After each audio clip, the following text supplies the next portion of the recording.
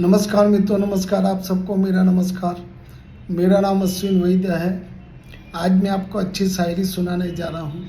तुम्हारी याद के झोंके मुझे सोने नहीं देते, तुम्हारी याद के झोंके मुझे सोने नहीं देते, भिगा देते हैं पलकों को मगर रोने नहीं देते। मैं अक्सर भूल जाता हूँ ज़रूरी काम सबसे अपने, दो जो बीते पल मुझे तुमसे जुदा होने नहीं देते। तेरे सिवाय कोई मेरे जज्बात नहीं, तेरे सिवा कोई मेरे जज्बात नहीं। आँखों में वो नमी है जो बरसात में नहीं, आँखों में वो नमी है जो बरसात में नहीं।